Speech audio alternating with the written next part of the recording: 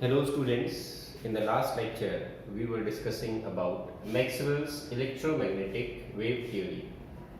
I have written some of the key points of the postulate that we have discussed in the previous lecture. The first point is, according to this theory, energy is emitted from any source in the form of radiations, and these radiations are called electromagnetic radiations because they contain electric and magnetic field which is perpendicular to each other and also perpendicular to the direction of propagation of wave.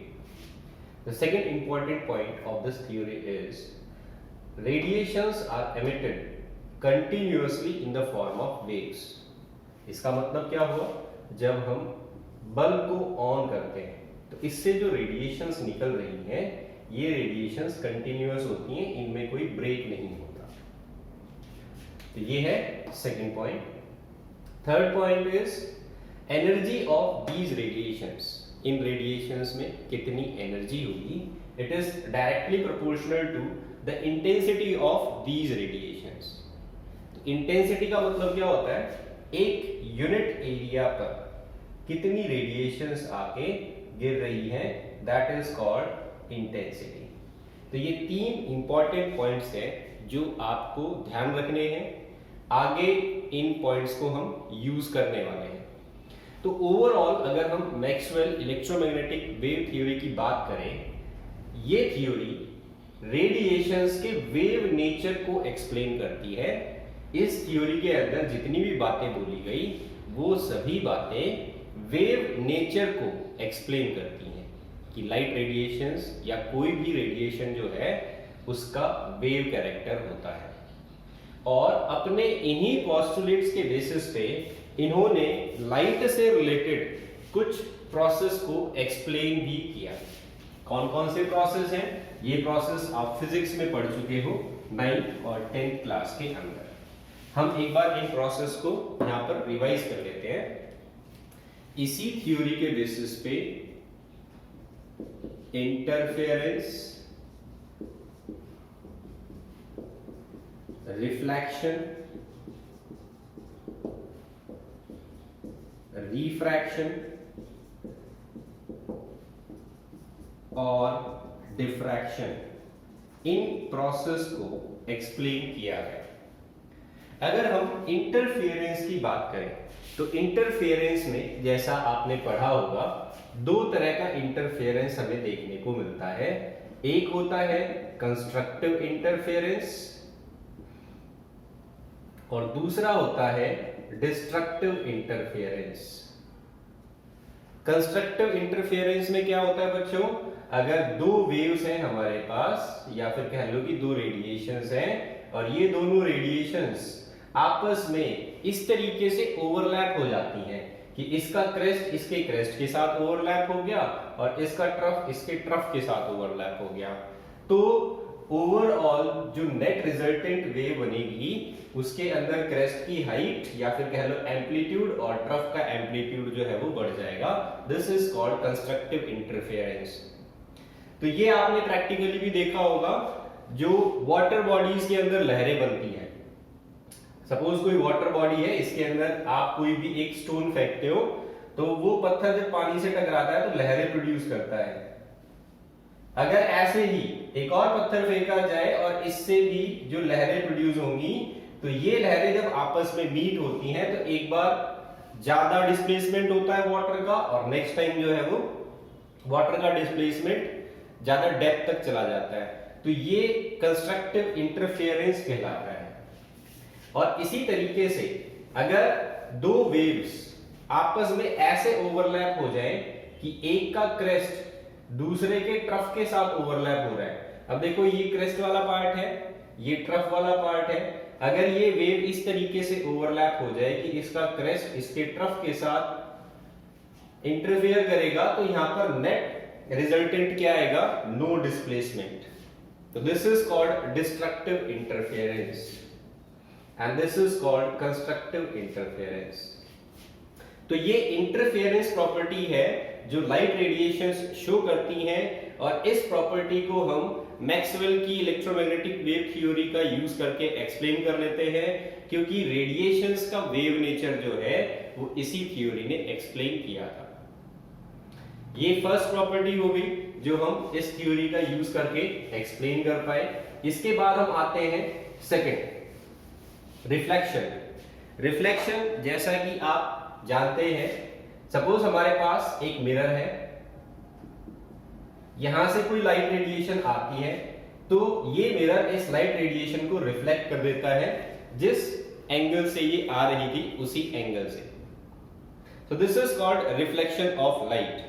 तो यहां पर भी हमें electromagnetic wave theory जो है वही use होती हुई दिखेगी, क्योंकि यहां पर हम लाइट रेडिएशन को क्या मान रहे हैं, कंटिन्यूअस। तो रिफ्लेक्शन को भी Maxwell electromagnetic wave theory explain करती है और यहां से हमें पता चलता है वेव नेचर ऑफ लाइट का। इसके बाद में हम बात करते हैं रिफ्रैक्शन की। रिफ्रैक्शन में हमने पढ़ा था कि अगर हमारे पास एक ग्लास स्लैब है, यहां से कोई लाइट रेडिएशन आती है, ये लाइट रेडिएशन इस ग्लास स्लैब के अंदर बेंड होगी और बेंड होने के बाद ये इससे बाहर निकल जाएगी। This process is called refraction. इसको हम बेंडिंग ऑफ लाइट भी बोलते हैं। तो यहाँ पर लाइट बेंड क्यों होती है, ये आपने पढ़ा था 10th क्लास में फिजिक्स के अंदर, कि ये सब्सटेंस जो है इसके अंदर जब लाइट एंटर होती है तो उसकी स्पीड रिड्यूस हो जाती है। अपनी स्पीड रिड्यूस होने के कारण इसको अपना पाथ रिड्यूस करना पड़ता है। ये छोटा पाथ जो है वो ट्रैवल करती है ताकि जल्दी से जल्दी इस ग्लास स्लैब से बाहर निकला जा सके, और इसी वजह से बेंडिंग ऑफ लाइट हमें दिखाई देता है। तो ये हो गया रिफ्रैक्शन। लास्ट में आ जाते हैं डिफ्रैक्शन पे। तो डिफ्रैक्शन आपने देखा होगा प्रैक्टिकली, हमारे पास एक ग्लास प्रिज्म होता है, इसमें से जब लाइट ट्रैवल करती है तो ब्रेक हो जाती है 7 कलर्स में। This is called VIBGYOR. इसको हम डिफ्रैक्शन बोलते हैं। तो ये डिफ्रैक्शन जो है वो भी हमें किस वजह से दिखाई दिया, due to wave nature of light. तो ये सभी प्रॉपर्टीज एक्सप्लेन की गई on the basis of electromagnetic wave theory of radiations. तो इस वजह से क्लासिकल फिजिक्स क्योंकि इन फिनोमिनन्स को एक्सप्लेन कर पाई on the basis of wave nature of radiation, इस वजह से ये थ्योरी उस टाइम पर एप्लीकेबल थी और इसी वजह से इस थ्योरी को ज्यादा इंपॉर्टेंस दिया जाता था। स्टूडेंट्स, इस थ्योरी के अंदर जो इलेक्ट्रोमैग्नेटिक रेडिएशंस की बात की गई, कई बार इस पे आपको ऑब्जेक्टिव टाइप क्वेश्चन मिल जाएगा on the basis of their uses या फिर वेवलेंथ से रिलेटेड। यहाँ पर मैंने ये टेबल बनाई है, ये टेबल आप नोट कर लेना।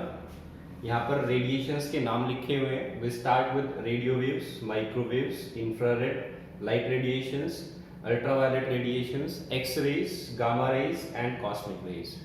These are the radiations which are called electromagnetic radiation। और इस कॉलम में इनकी वेवलेंथ जो है वो लिख रखी है। It starts with 10⁻² और यूनिट है मीटर। तो ये वेवलेंथ सभी की मीटर में यहाँ पर मेंशन है। रेडियो वेव्स जो है वो 10⁻² मतलब 100 मीटर, इतनी बड़ी वेवलेंथ होती है इस वेव की। तो 100 मीटर का मतलब आप समझ गए होंगे, ये डिस्टेंस जो है क्रेस्ट से और ट्रफ का, यहां से लेके यहां तक का जो डिस्टेंस है वो 100 मीटर है इस वेव का, रेडियो वेव का। और क्योंकि इतनी बड़ी वेवलेंथ होती है इस वजह से इसको हम यूज करते हैं कम्युनिकेशन में और ब्रॉडकास्टिंग में। ब्रॉडकास्टिंग का मतलब होता है जो टीवी प्रोग्राम ब्रॉडकास्ट होते हैं उनसे, और कम्युनिकेशन में मोबाइल टावर आ जाता है। तो कम्युनिकेशन और ब्रॉडकास्टिंग में हम रेडियो वेव्स का यूज करते हैं due to their longer wavelength. इसके बाद में आती है माइक्रोवेव। माइक्रोवेव की वेवलेंथ होती है 10⁻² मीटर। इसका मतलब हो गया 0.01 मीटर। इसको हम इन टर्म्स ऑफ सेंटीमीटर अगर बोले तो कितना हो जाएगा, 1 सेंटीमीटर। 1 सेंटीमीटर के बराबर है माइक्रोवेव की वेवलेंथ। ये कहाँ यूज होती है, आपने सुना होगा माइक्रोवेव ओवन। तो माइक्रोवेव ओवन एक डिवाइस होती है जिसको यूज किया जाता है किचन में। जो भी फूड आइटम जिसमें वाटर होता है उसको हम इस माइक्रोवेव ओवन का यूज करके और हीट कर सकते हैं। तो माइक्रोवेव ओवन के अंदर जो रेडिएशंस प्रेजेंट है दैट इज कॉल्ड माइक्रोवेव, और इसी को यूज किया जाता है रडार में। तो जो डिफेंस के अंदर जो सिक्योरिटी सिस्टम्स बनाए जाते हैं दैट इज कॉल्ड रडार, वो माइक्रोवेव रेडिएशंस का ही यूज करते हैं। Next is infrared. Infrared radiations heating के लिए यूज की जाती है, या कोई भी चीज जब गर्म हो जाती है तो हीट प्रोड्यूस करती है, वो इंफ्रारेड के फॉर्म में लूज करती है अपनी रेडिएशंस को। फॉर एग्जांपल हम जिसको बोलते हैं greenhouse effect. Green house effect actual में क्या होता है, हमारी अर्थ की सरफेस सोलर रेडिएशंस की वजह से गर्म हो जाती है, और जब ये सरफेस गर्म हो जाएगी तो इससे रेडिएशंस निकलती हैं। These radiations are called IR radiations, infrared radiation। और इन रेडिएशंस को हमारे एटमॉस्फेयर के अंदर जो CO2 गैस प्रेजेंट होती है वो एब्जॉर्ब कर लेती है। CO2 गैस लाइट रेडिएशंस को एब्जॉर्ब नहीं करती, बल्कि इंफ्रारेड रेडिएशंस जो अर्थ की सरफेस से रेडिएट हो रही थी इनको एब्जॉर्ब करती है, और इसी वजह से CO2 जो गैस है ये हीट को ट्रैप कर लेती है, एटमॉस्फेयर से बाहर नहीं जाने देती, जिसकी वजह से एटमॉस्फेयर का टेम्परेचर बढ़ जाता है, और इसी को हम बोलते हैं ग्रीन हाउस इफेक्ट। तो greenhouse effect is due to the infrared radiations which are emitted from the surface of earth due to its heating. ये बात आप ध्यान रखना। इसके बाद आ जाते हैं हम नेक्स्ट लाइट रेडिएशंस पे। लाइट रेडिएशंस इनकी वेवलेंथ होती है 10⁻⁻⁶ मीटर, इसको हम 1 माइक्रोमीटर भी बोल सकते हैं। और ये इल्यूमिनेशन जो हम लाइट रेडिएशंस घर पे यूज करते हैं, बल्ब को ऑन करके आ रही है, चाहे किसी ट्यूबलाइट से आ रही है, चाहे CFL से आ रही है, they all come under this region. तो ये इल्यूमिनेशन और विजन में हेल्प करती हैं हमें, ये इनका यूज हो गया। Next is ultraviolet. Ultraviolet radiations जो है इनकी वेवलेंथ होती है 10⁻⁷ मीटर। इनको मोस्टली क्या होता है, सन से जो रेडिएशंस आती हैं, सनलाइट जो हम तक आती है, उसमें जो यूवी पार्ट होता है, अल्ट्रावायलेट रेडिएशंस जो होती है उनको तो ओजोन लेयर ट्रैप कर लेती है, अर्थ की सरफेस तक नहीं आने देती। लेकिन आपने इनका यूज देखा होगा इंसेक्ट किलर लैंप।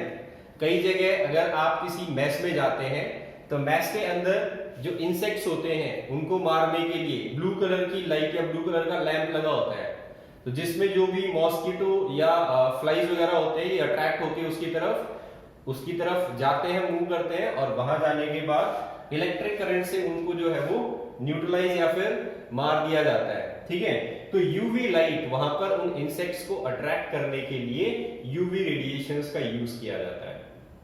तो ये इंसेक्ट किलर लैंप में इसका यूज आ गया। इसके बाद आते हैं हम एक्सरे। एक्सरे का यूज आपको पता ही है, हमारा जब भी कोई फ्रैक्चर वगैरह हो जाता है या हमारे बोन की डिफॉर्मिटीज जो होती हैं, बोन की कोई प्रॉब्लम है, उनको स्टडी करने के लिए हम एक्सरे का यूज करते हैं। गामा रेज जो है इनका वेवलेंथ होता है 10⁻⁻12 मीटर, और इनको यूज किया जाता है कैंसर ट्रीटमेंट के लिए। लास्ट में आते हैं कॉस्मिक रेज पे। कॉस्मिक रेज जो है इनकी वेवलेंथ 10⁻16 मीटर है, और ये आउटर स्पेस रेडिएशंस होती हैं, इनका एज सच हमारे लिए कोई यूज नहीं है। तो ये थी इलेक्ट्रोमैग्नेटिक रेडिएशंस और इनके यूजेस। कई बार इनके यूजेस से क्वेश्चन जो है वो आपको मिल जाएगा, जैसे ये क्वेश्चन पूछा जा चुका है एक बार कि which radiation is used in radar. तो आंसर आएगा microwave radiations are used in radar for defence system.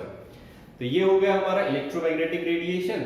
इसके बाद में हम इस लाइट रेडिएशन को एक बार जो है वो दोबारा से रिपीट करेंगे, जो आप ऑलरेडी जूनियर क्लासेस में पढ़ चुके हो। जो विबग्योर कलर आता है लाइट रेडिएशंस के अंदर, वो हमने देखा था किस तरीके से प्रिज्म का यूज करके हम डिफ्रैक्शन से लाइट रेडिएशन को स्प्लिट कर लेते हैं 7 कलर्स में। यही अभी हमें आगे स्टडी करना है।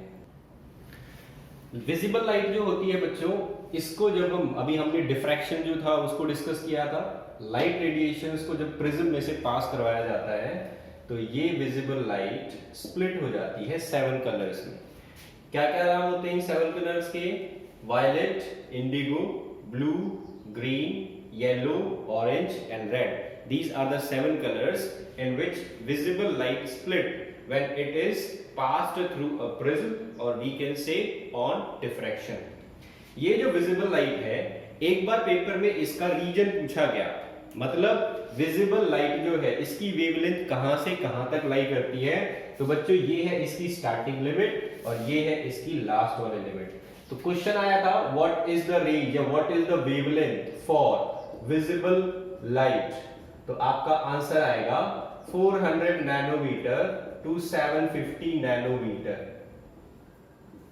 और इस रेंज में कौन कौन से कलर्स कितनी वेवलेंथ पे लाई करते हैं, तो ये देखो यहाँ पर वायलेट से स्टार्ट होती है वेवलेंथ। वायलेट जो है ये शॉर्टेस्ट वेवलेंथ दिखाता है यहाँ पर, और इसका वेवलेंथ रीजन होता है 400 से लेके 430 नैनोमीटर, यूनिट इज नैनोमीटर।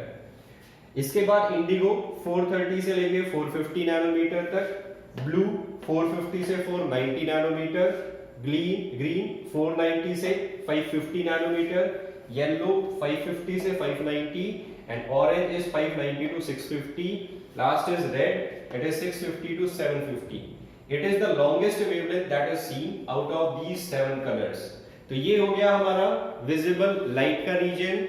ये दोनों चीजें इलेक्ट्रोमैग्नेटिक रेडिएशंस की जो यूजेस है वो, और विजिबल लाइट का जो वेवलेंथ है वो, ये आप याद रख लेना क्योंकि क्वेश्चन जो है वो इनसे बन सकता है। तो अब हम यहाँ पर डिस्कस कर चुके हैं इलेक्ट्रोमैग्नेटिक वेव थ्योरी को और उसके जो इंपॉर्टेंट पॉइंट्स थे इनको। अब इस थ्योरी में जैसा कि हमने यहाँ पर पढ़ा, वेव नेचर की बात की गई और wave nature of electromagnetic radiations को एक्सप्लेन किया गया।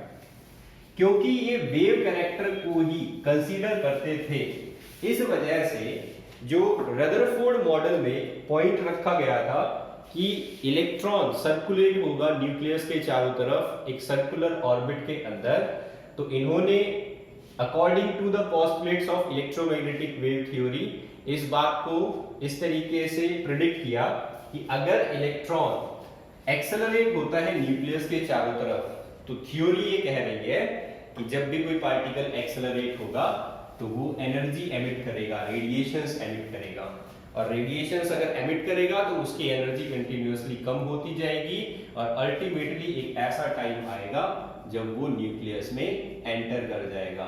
तो ये limitation of Rutherford model, main limitation बन गया रदरफोर्ड मॉडल का, and this limitation was based on the electromagnetic wave theory. Whenever a charge particle undergo acceleration, it emits electromagnetic radiation and loses energy. Hence, the path of electron will become spiral and a stage is reached where this electron enters into the nucleus। तो ये इसका main limitation था Rutherford model का, जो based था electromagnetic wave theory के ऊपर, क्योंकि इलेक्ट्रोमैग्नेटिक वेव थ्योरी के अंदर ये पोस्टुलेट दिया गया था कि जब भी कोई चार्ज पार्टिकल एक्सेलरेट होता है वो इलेक्ट्रोमैग्नेटिक रेडिएशंस प्रोड्यूस करता है और एनर्जी एमिट करता है। तो एनर्जी एमिट होगी, इसका मतलब एनर्जी लूज होगी, और जब भी इलेक्ट्रॉन की एनर्जी लूज होगी तो वो अपने सर्कुलर पाथ के ऊपर मेंटेन नहीं रह पाएगा और इस वजह से उसका पाथ स्पाइरल हो जाएगा, और स्पाइरल होने की वजह से वो अट्रैक्ट होता रहेगा टुवर्ड्स न्यूक्लियस, और फिर एक ऐसी स्टेज आएगी जब वो न्यूक्लियस में एंटर हो जाएगा। ये था फर्स्ट लिमिटेशन। इसके बाद में आते हैं सेकंड लिमिटेशन पे। तो सेकंड लिमिटेशन ये बोला गया कि रदरफोर्ड ने सिर्फ ये बोला कि electron circulate around the nucleus. अब इलेक्ट्रॉन जो है वो डिस्ट्रीब्यूट कैसे हैं, इन सर्कुलर ऑर्बिट्स में किस तरीके से डिस्ट्रीब्यूट होंगे ये इलेक्ट्रॉन्स, इसके बारे में हमें कोई भी इंफॉर्मेशन नहीं मिलती रदरफोर्ड मॉडल के अंदर। तो सेकंड लिमिटेशन हम लिखते हैं यहां पर, it do not explain the distribution of electron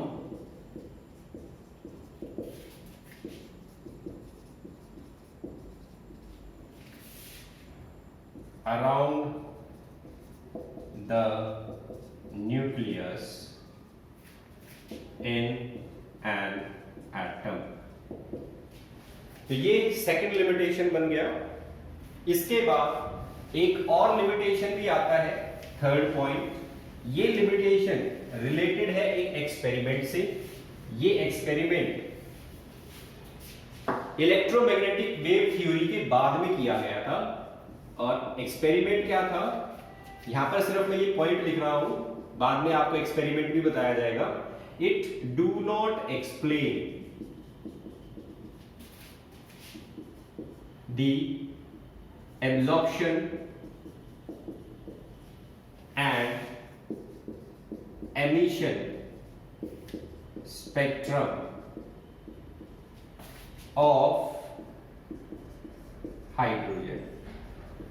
hydrogen gas का एक एमिशन और एब्जॉर्प्शन स्पेक्ट्रा रिकॉर्ड किया गया था, जो रदरफोर्ड मॉडल है ये एक्सप्लेन नहीं कर पाता। तो ये तीन लिमिटेशंस हैं रदरफोर्ड मॉडल की, ये हम आगे एक्सप्लेन करेंगे। इसके बाद हम आ जाते हैं हमारे आगे के एक्सपेरिमेंट्स पे। रदरफोर्ड का मॉडल फेल हो गया और इलेक्ट्रोमैग्नेटिक वेव थ्योरी जो थी वो उस टाइम पर ज्यादा प्रिवेलेंट थी। अब देखो बच्चों, कुछ ऐसे एक्सपेरिमेंट्स हुए जिसको इलेक्ट्रोमैग्नेटिक वेव थ्योरी एक्सप्लेन नहीं कर पाई, और ये एक्सपेरिमेंट्स थे ब्लैक बॉडी रेडिएशन और फोटो इलेक्ट्रिक इफेक्ट। ये दो एक्सपेरिमेंट्स होते हैं जब रदरफोर्ड का मॉडल फेल हो गया उस टाइम पर, और इन एक्सपेरिमेंट्स के जो रिजल्ट थे इनको इलेक्ट्रोमैग्नेटिक वेव थ्योरी एक्सप्लेन नहीं कर पाती, जिसको यूज करके हमने रदरफोर्ड के मॉडल को फेल कर दिया था। वो थ्योरी इन एक्सपेरिमेंटल रिजल्ट्स को एक्सप्लेन नहीं कर पाती। First is black body radiation and second is photo electric effect. ये दोनों एक्सपेरिमेंट्स अब हमें डिस्कस करने हैं। सबसे पहले हम डिस्कस करेंगे ब्लैक बॉडी रेडिएशंस को। ब्लैक बॉडी को हम समझते हैं पहले, हमें अपने सराउंडिंग में कलर कैसे दिखाई देते हैं, how we observe colour of different objects in our surrounding. तो ये इस प्रोसेस से रिलेटेड होता है। हमारे सराउंडिंग में जो भी हमारा सोर्स है लाइट का, सपोज सन को मैंने लिया एग्जांपल, सन से लाइट रेडिएशंस आती हैं और ये लाइट रेडिएशंस किसी ऑब्जेक्ट के ऊपर आके गिरती हैं। ये ऑब्जेक्ट क्या करता है, ये ऑब्जेक्ट इस लाइट रेडिएशन को, जिसमें 7 कलर्स थे, इनमें से कुछ पार्ट को एब्जॉर्ब कर लेता है। A part of radiation is absorbed, और कुछ पार्ट रेडिएशन का एमिट कर देता है। A part of radiation is emitted। ये जो रेडिएशंस इसने एमिट की, इस ऑब्जेक्ट ने, ये रेडिएशंस हमारी आईज पे आके गिरती है और इनके अंदर इनमें से जो भी कलर प्रेजेंट होगा वो हमें दिखाई देगा।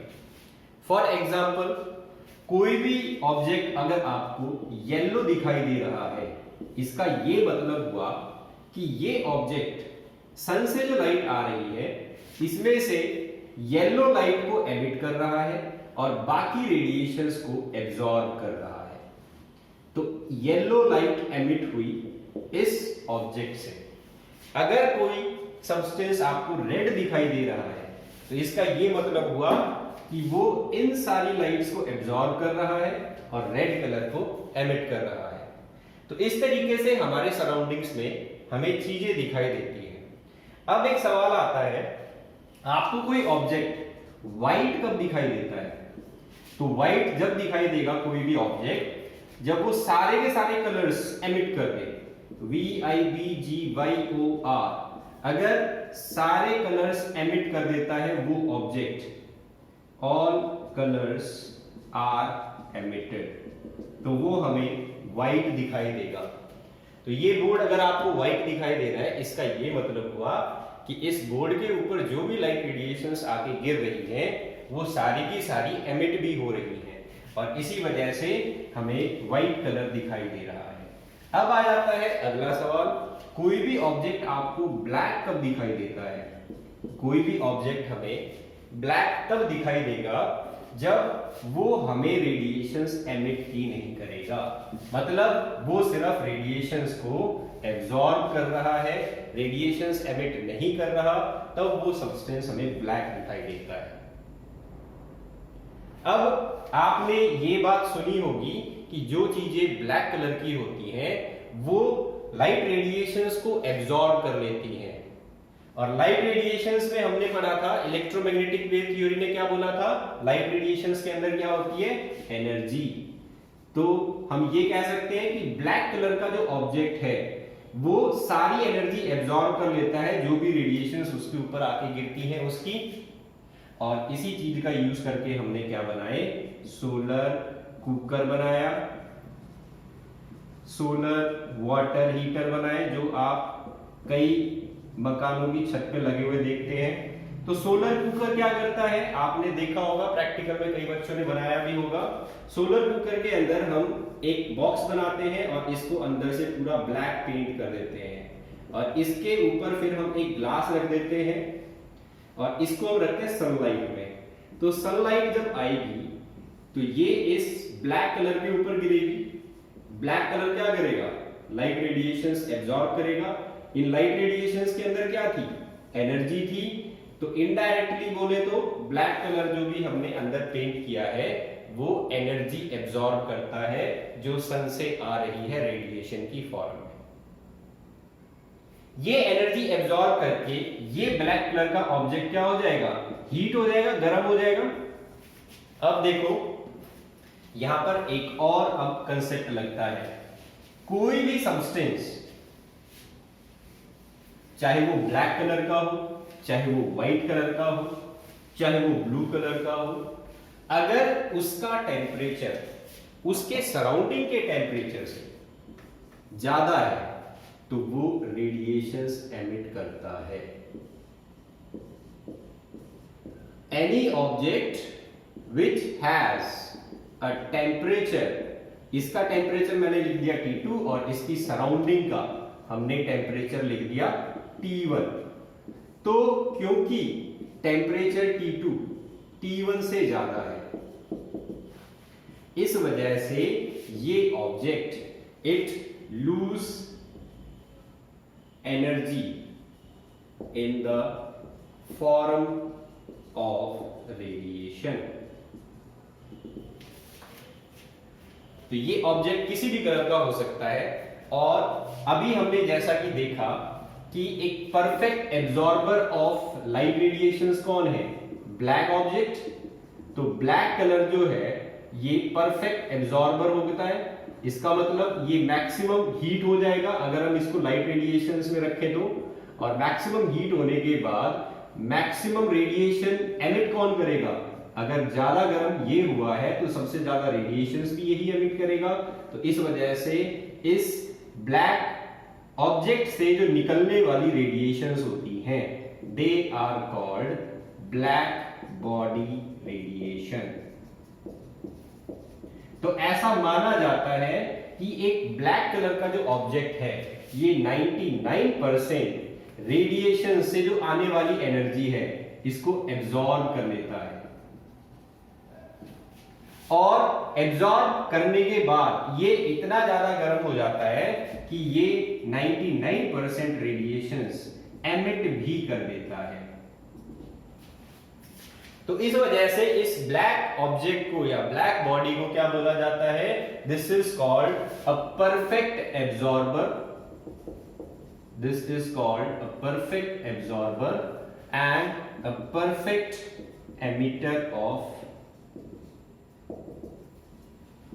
radiation.